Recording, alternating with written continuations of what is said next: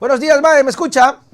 Muy buenos días, estimado Nelson. Encantada de saludarle. Mucho gusto para nosotros también tenerla acá para poder tomar sus impresiones, para poder analizar un poquito lo que pasa desde la perspectiva de usted, que es súper importante para todos nosotros y la audiencia.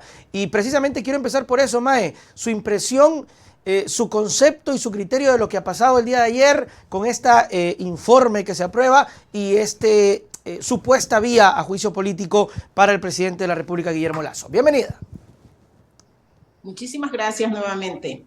Dos eventos de estos últimos días que se han dado. El anuncio de un posible paro, ¿no es cierto?, de parte de la dirigencia de la CONAIE, o sea, la posibilidad Ajá. de un paro, pero las acciones de los asambleístas de oposición que conforman esta comisión ocasional han sido tan erráticos y han demostrado el interés como muy enfocado, no a los temas que dieron origen a la conformación de la comisión, sino absolutamente focalizados en un posible juicio político al presidente de la República, con unas causales que no están muy claras, con una que ya la sacaron porque esa ya era pues descabellada totalmente. Le han dado oxígeno al gobierno. Es mi sentir en este momento, viendo el escenario, viendo las condiciones. Le han dado oxígeno al presidente y a su gobierno, por supuesto, de tal manera que ya se escuchan voces, más bien, animándole al presidente a tomar acciones de una muerte cruzada, más bien a favor del gobierno y en contra de la Asamblea. Así que ese análisis es lo de la coyuntura reciente. Claro, me interesa ahondar un poquito más cuando dice usted, Mae, oxígeno, porque, a ver, uno ve los datos y, por ejemplo, veíamos en semanas pasadas cómo se reportaba el nivel de aceptación del gobierno, ¿no? Llegaba a niveles muy, muy dramáticos de rechazo popular. Y luego vemos estas acciones que hace la Asamblea. Y me intriga mucho cuando usted dice oxígeno. ¿Qué tipo de oxígeno le puede dar a un gobierno con este nivel de rechazo popular y tomando en cuenta, Mae, el fracaso de la consulta, ¿no? Porque termina perdiendo el presidente y termina siendo la consulta indirectamente un rechazo al gobierno. ¿Cómo es ese oxígeno? Completamente de acuerdo. Y le voy a decir de dónde viene el oxígeno. Gracias. Viene de las acciones erráticas del otro lado de los políticos. Ok. Porque si el gobierno, por lo menos dijo que había oído el mensaje del pueblo ecuatoriano, que fue claro, queremos rectificaciones urgentes, Ya. señor, porque la inseguridad está afectando nuestra vida, la vida de nuestros hijos, está afectando nuestra integridad, la integridad de nuestras hijas. En los hospitales no hay insumos, no Claro. hay ni gasas, no hay ni paracetamol. No he podido operar a mi hijo porque no hay las condiciones necesarias y por tanto la vida, la salud de mis familiares está en juego. Señor presidente, no tenemos trabajo. Por lo menos 7 de cada 10 ecuatorianos no tienen un empleo formal. Estamos desesperados. La economía no se mueve lo suficiente y los que tienen hambre, pueblo ecuatoriano. Y yo repito eso porque si hay algo que duele profundamente es que en un país como el nuestro, 2.700.000 ecuatorianos tienen hambre en este momento. Así es. Hambre, lo dice la FAO, no lo dice May Montaño, lo dice la FAO. Y somos el segundo país en Sudamérica, el segundo país después de Venezuela con el mayor porcentaje de ecuatorianos que tienen hambre, señores. Si los políticos no entendemos que una persona que tiene hambre, que un ciudadano que tiene hambre, es combustible fácil para cualquiera que quiera incendiar el país. Combustible fácil, porque no ha resuelto esa necesidad de supervivencia, esa necesidad básica. Así que esos son los elementos que estaban en el debate y la presión después del 5 de febrero sobre el gobierno eran rectificaciones urgentes. Conéctese con el pueblo. Hágale sentir a la gente que tiene un gobierno, que tiene un presidente que le interesa la vida de la gente, que le interesa la salud de la gente, que le interesa la integridad. O sea, ese era el mensaje. Y entonces ahí, con su tema, podríamos decir, estaba contra las cuerdas. Claro. Por favor, respuestas inmediatas. pero había también otras respuestas inmediatas que exigíamos los ecuatorianos, sobre todo aquellos que hemos estado permanentemente en la lucha contra la corrupción. Ábrase a las investigaciones, presidente, no este falso espíritu de cuerpo, no cierre a sus círculos cercanos, apoya a la fiscalía, apoya a la justicia, diga que ahí está su fortuna, que ahí está usted, que ahí están los integrantes de su núcleo más cercano del gobierno y de su familia, abiertos a una investigación, porque el que nada debe, nada teme. Que se investigue profundamente, que la verdad brille, que la justicia, que la ley sean las que se impongan. Ese era el mensaje, así estábamos. Pero ahora se dio esta vuelta completa, porque ahora los políticos de la oposición entendieron que el pueblo, que la ciudadanía, que la mayoría de los ecuatorianos, a través de este resultado de las elecciones, les estaban dando un cheque en blanco para que jueguen, para que encuentren caminos torcidos para llegar a un objetivo que no es el que el pueblo demanda. Ese es un oxígeno momentáneo, por supuesto, momentáneo, porque ya le digo, estimado Nelson, estamos escuchando ahora que hay un grupo de gente que preocupados por un posible paro, porque las personas que tienen sus pequeños negocios, las personas que viven de la informalidad, que son la mayoría de los ecuatorianos en edad de trabajar, no les interesa un paro. No les interesa la inestabilidad política, no les interesa, quieren respuestas urgentes. Entonces, a eso me refería con este oxígeno momentáneo. No, totalmente de acuerdo. Creo que lo ha descrito bastante bien, Mae, todos los problemas que tiene el país, la interpretación de la consulta popular, lo inmediato que necesita la gente en respuestas y la rectificación que tiene que hacer el gobierno y el presidente. Pero de una u otra manera, Mae, desde la respuesta política, con todos los escándalos de corrupción que se han desatado y con la falta del presidente en defenderse, como usted lo ha dicho, de salir, de hablar, de acudir, de defenderse bien, porque tiene derecho a defenderse, ha hecho que la Asamblea tenga la salida constitucional, que es llevar un proceso constitucional. ¿Por qué hablamos ahora de que alguien quiere meterse por la ventana? ¿Por qué siempre viene este fantasma de llevar un proceso real, pero seguir con el tema pero es que esto le va a beneficiar al correísmo, por ejemplo, que es siempre la contraparte, ¿no? Este clivaje que yo creo que no le hace bien al país, pero siempre vemos, no, mejor Lazo antes que Correa, pero con todos los problemas lo aguantamos a Lazo. ¿Cree que debemos aguantarlo todavía, Mae? Creo que debemos exigir rectificaciones. ¿Y si no lo hace? Exigir rectificaciones pensando, yo no estoy pensando como política en este momento, estoy pensando como simple ciudadano que soy en este momento. En este momento soy ciudadano, así que tengo todo el derecho de hablar. Como totalmente. Y a la ciudadanía, y cuando digo la ciudadanía me estoy refiriendo a la mayoría, ¿no? Porque, claro, si tenemos un 30%, un 32%, el porcentaje que el INDEC nos quiera dar de personas que tienen un trabajo formal, que yo para concretarlo digo 3 de cada 10, ¿no es cierto? Porque no podemos decir que 3.3 ecuatorianos, ¿no? Entonces, 3 ecuatorianos de cada 10 tienen un empleo formal. A lo mejor no nos interesa mucho que perdamos el 2023 en eventos políticos, porque usted sabe, mire, recién ha salido el informe de la comisión. Sí. No, el informe de la comisión no es una sentencia, lo primero, ¿no es cierto? Es un informe no vinculante. Va a entrar en análisis del pleno, bueno, se llevarán todo el sábado, bla, bla, bla. Nadie se acordará de los problemas de los ecuatorianos. Ese es el dolor que me da. Luego decidirán si va a haber o no un juicio político y de ahí tendrán que presentar con todas las firmas de respaldo. Pues, si pasa el informe, por supuesto, se supone que ya tendrá las firmas de respaldo para una solicitud. Mire cuánto tiempo perderíamos o perderemos en ese proceso político si tiene que ir a la Corte Constitucional para que dé el dictamen de admisibilidad. Nada más.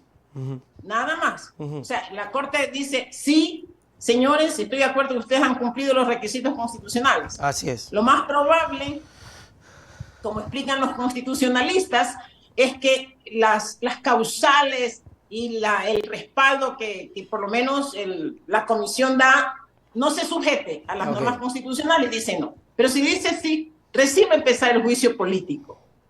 ¿Ya? Y luego vamos a ver qué es lo que determina el juicio político. En ese caso, recién se resuelve. Entonces, vamos a tener un tiempo.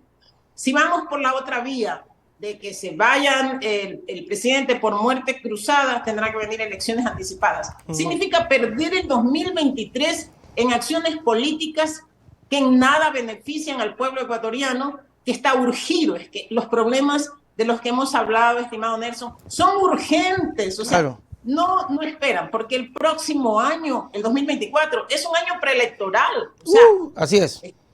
entonces, o sea, tenemos que aterrizar en eso. Los políticos, cuando planteamos soluciones, tenemos que pensar en las proyecciones, en los efectos de esas posibles soluciones. Significa un año 2023 perdido para la solución urgente, porque mientras debatimos de la política, nos olvidamos de la gente que muere en este momento por sicariato. Nos estamos olvidando de estas necesidades urgentes, nos estamos olvidando de los que tienen hambre, nos estamos olvidando de los que tienen un empleo. Entonces, tenemos que poner esos elementos en el debate y por eso pienso que 2023 en acciones políticas de esta naturaleza serán una pérdida si es que quienes en algún momento le dimos ese voto de confianza al gobierno, no le exigimos respuestas inmediatas en este momento. No, totalmente, sí, Mae, totalmente, pero ¿qué pasa? Y es lo que ocurre cuando existen las manifestaciones. Porque usted dice, hay que exigirle, y yo estoy totalmente de acuerdo. De hecho, me parece una cosa bastante irónica el hecho de en elecciones salir, caminar, abrazar a la gente, pedirle el voto, y luego cuando alguien, la misma gente no quiere que siga el personaje, se le pone una serie de trabas. O sea, me parece irónico e injusto. Salimos los candidatos, abrazamos, vota por mí, eres el mejor, gracias, gana. Y esa misma persona dice, a ver, este presidente no me está cumpliendo 2 años, ya me cansé de exigir, yo quiero que se vaya a la casa. Y ahora que queremos que se vaya, por ejemplo, un grupo de personas que dicen, no, ya el presidente ya basta, ya que se vaya a la casa. Hay una serie de trabas, Mae, hay una serie de cosas que constitucionalmente tienen que darse y legalmente. Pero usted decía algo cierto, hay que exigir y hay que exigir. ¿Qué pasa cuando las exigencias no tienen oído? Ayer escuchábamos una reunión de dirigentes de transporte con el ministro de Transporte, valga la redundancia, y le decía, señor ministro, estamos cansados. La vez pasada que hicieron el paro, paramos, detuvimos, ustedes nos escucharon, pero cerraron los oídos. Entonces, Mae, ¿crees tú que esto llegó a su tope? Es decir, yo escucho que usted dice, sí, hay que exigirle, pero la gente ya no puede más. Entonces, necesita una respuesta, y una respuesta política podría ser un eventual juicio político. ¿Qué criterio personal no va a solucionar nada? Porque queda Borrero y estamos en las mismas, ¿no? Bueno, la Constitución, usted lo ha dicho, Nelson, usted se la sabe todas. No creo. Es un periodista súper agudo. Y yo creo claro, que nos invita porque es bueno este ping-pong, ¿no? Sí, para conversar. Pero usted sabe cuáles son esas respuestas. Claro, hay los mecanismos constitucionales. Esos mecanismos constitucionales fueron definidos precisamente para crear obstáculos. Así fueron definidos. Cuando usted lee la Constitución, las causales, o sea, la Constitución tiene una serie de nudos y esos nudos pueden convertirse en boomerang para los mismos que la hicieron.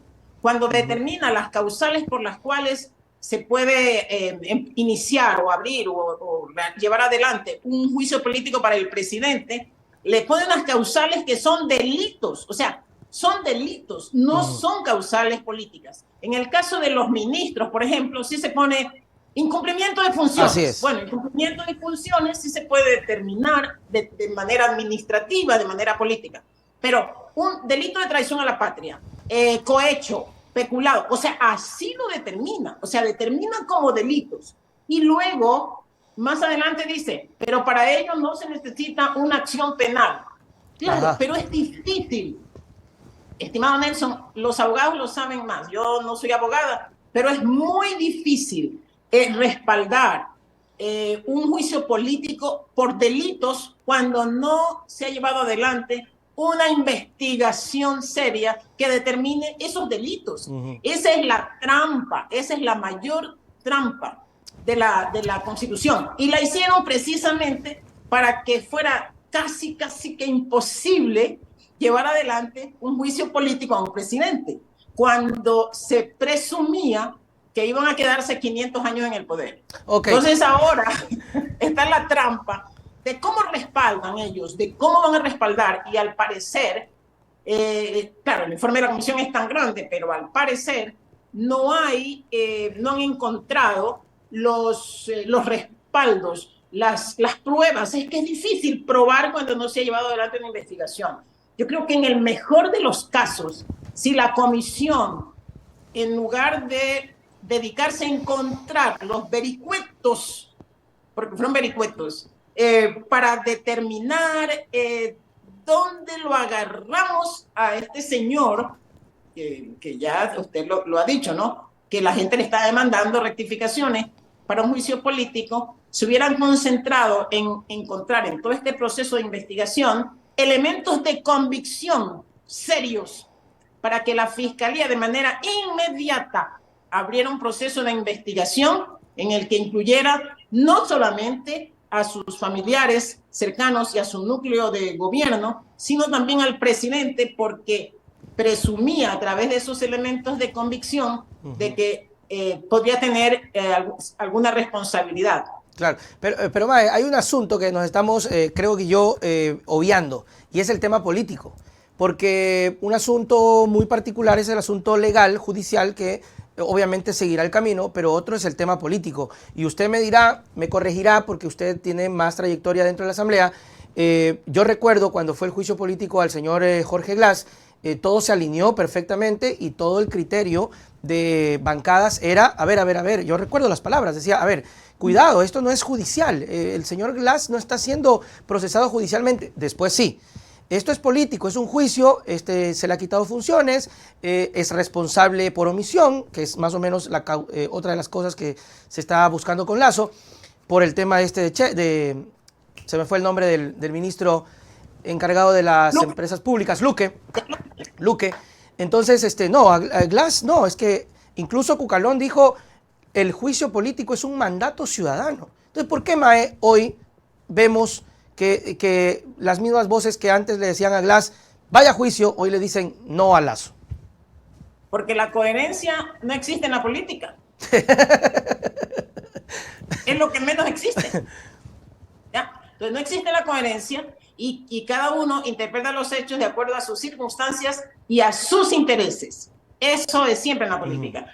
Y, mis colaboradores cercanos, alguna vez que fui asambleísta, sí.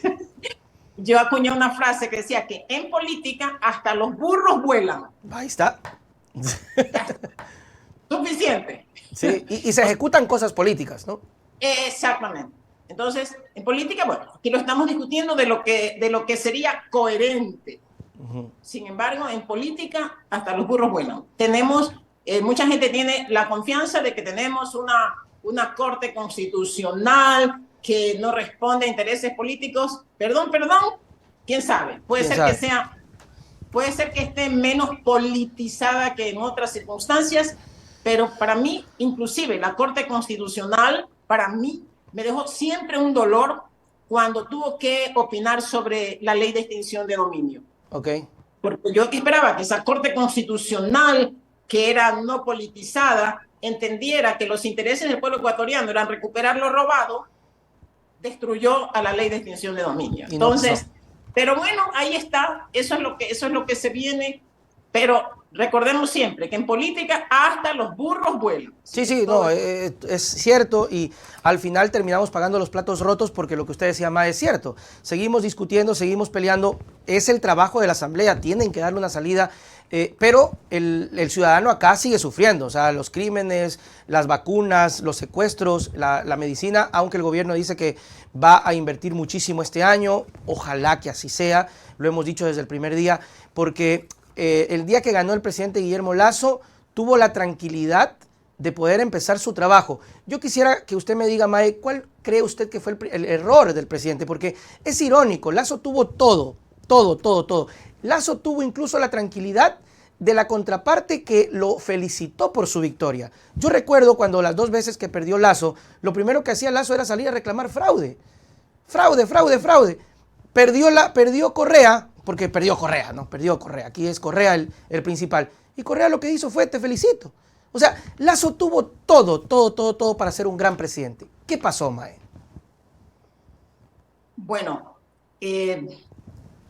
no sé si soy la persona adecuada para para definir qué es lo que pasó. Y en ese caso, yo voy a hablar de lo que la gente, de lo que la ciudadanía dice. Okay.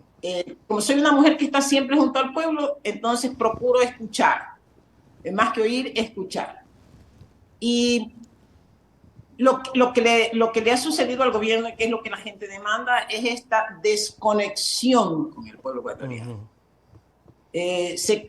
Se quedaron... Hay una frase interesante que utilizan mucho los centroamericanos, que dice, cuando uno quiere cambiar las cosas, tiene que pensar fuera de la caja. Hay que pensar fuera de la caja. O sea, tienes que salir de la comodidad de tu cajón para poder pensar diferente. Eso significa mirar qué es lo que está sucediendo afuera. Eso le pasó a este gobierno. Se quedó ensimismado, y yo siempre digo, puede ser una actitud arrogante, puede ser por vanidad, pensando que estaban haciendo todas las cosas maravillosamente, claro, mientras la gente se sentía abandonada. A fines del 2021, alguien, así como usted, muy generosamente, me invitó a un espacio y me preguntaron lo mismo, porque ya para esa época ya se sentía esta debilidad, porque las cifras, las mediciones ya estaban hablando de una ruta descendente de las cifras de popularidad. O sea, bajaban. Y ahí era esto, están desconectados del sentimiento de la gente. Y yo dije, los problemas de la inseguridad, la violencia que nos está costando la vida de nuestros jóvenes, porque los estamos perdiendo como víctimas y como victimarios. Ese es un problema súper delicado. Estamos perdiendo a los jóvenes como víctimas y como victimarios. Y hablé ya también de los millones de ecuatorianos que pasaban hambre. O sea, ya todas estas problemáticas estaban inmersas. Estamos hablando de fines del 2021 y estamos en el 2023 y seguimos no ha habido. Entonces, si no tienes esa capacidad de rectificar a tiempo, si no escuchas, si no sales de tu caja para pensar diferente, es lo que está pasando. Y sí, las denuncias de corrupción, de actos de corrupción en el manejo de las empresas públicas, que son de los ecuatorianos, y que nos están dando el mensaje de que si los de ayer robaron, los de hoy también roban. Así es. O sea, la gente la gente se indigna. La gente, además de las angustias que vive, saber que te roban cuando no tienes ni paracetamol en un hospital, o sea, eso ya no tiene nombre, dijo alguien, ni apellido tampoco. O sea, ya las cosas son demasiado graves. Y si además se habla, hay denuncias, y yo siempre insisto, el periodismo de investigación es útil porque permite precisamente poner atención a temas que en la rutina pueden pasar desapercibidos para el ciudadano común, pero no son sentencias. No, para nada. No son sentencias. Entonces, en ese caso, lo que la gente espera de un gobernante serio, es decir, que se investigue, señores. Así es. Era lo mínimo. Exacto, no un falso espíritu de cuerpo, sino apoyar las investigaciones de la Fiscalía, no convertir en enemigos a los periodistas que hacen las denuncias, no convertir en enemigo a la libertad de expresión, no convertir en enemigo a la Fiscalía, sino apoyar. Eso solamente esperaba la gente. O sea, decir, aquí estamos, que se investigue, que se llegue a las últimas consecuencias. Más dureza. Y que tenga que pagar y que caiga quien caiga. Claro, pero salió a defender al cuñado. Eso fue terrible. Esos errores sí se pagan caro, ¿no? El ciudadano no le gusta ese tipo de cosas. Hay una frase de Winston Churchill que a mí me encanta y que puede ser un mensaje muy importante en este momento. Winston Churchill dijo en algún momento, si abrimos una disputa entre pasado y presente, ¿qué es lo que nos está ocurriendo?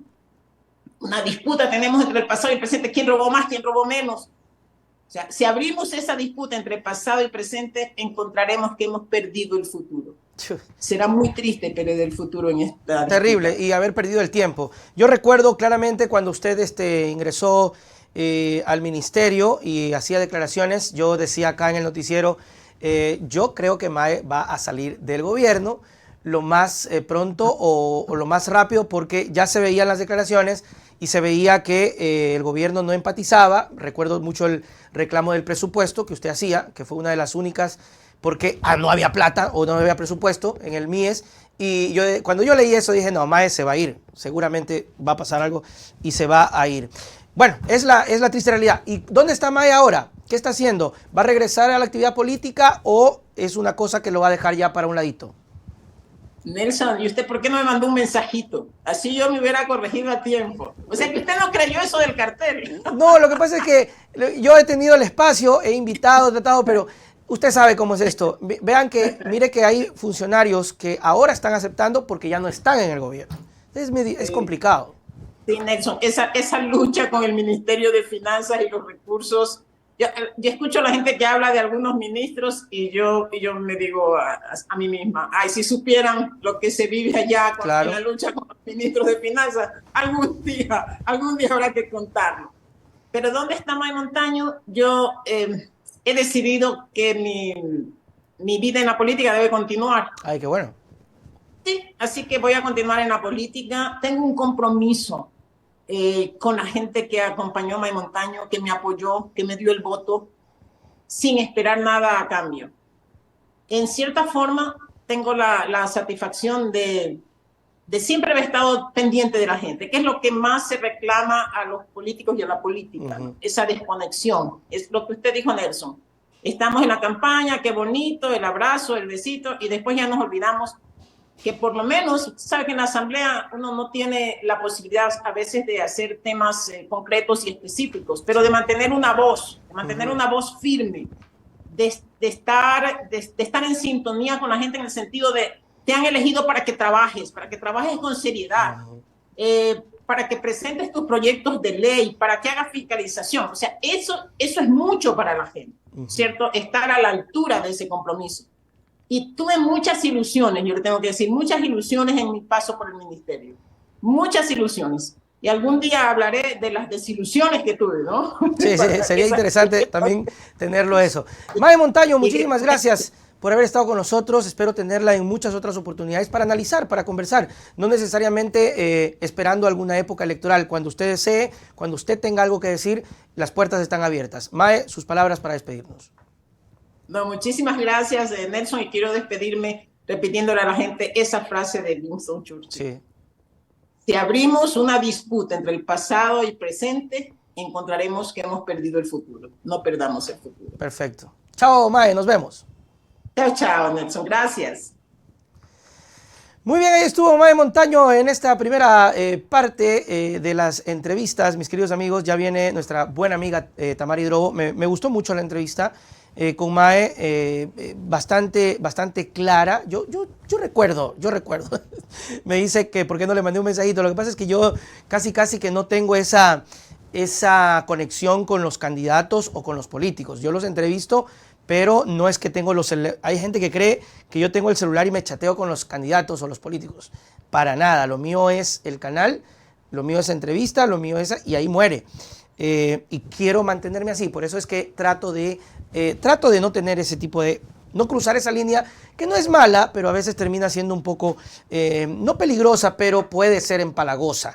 Entonces, yo decía, me acuerdo, Mae va a salir. Yo recuerdo, ustedes iban a...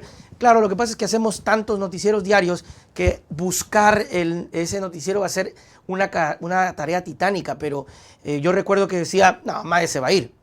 Mae se va a ir. Y se fue, ¿no? Muy bien.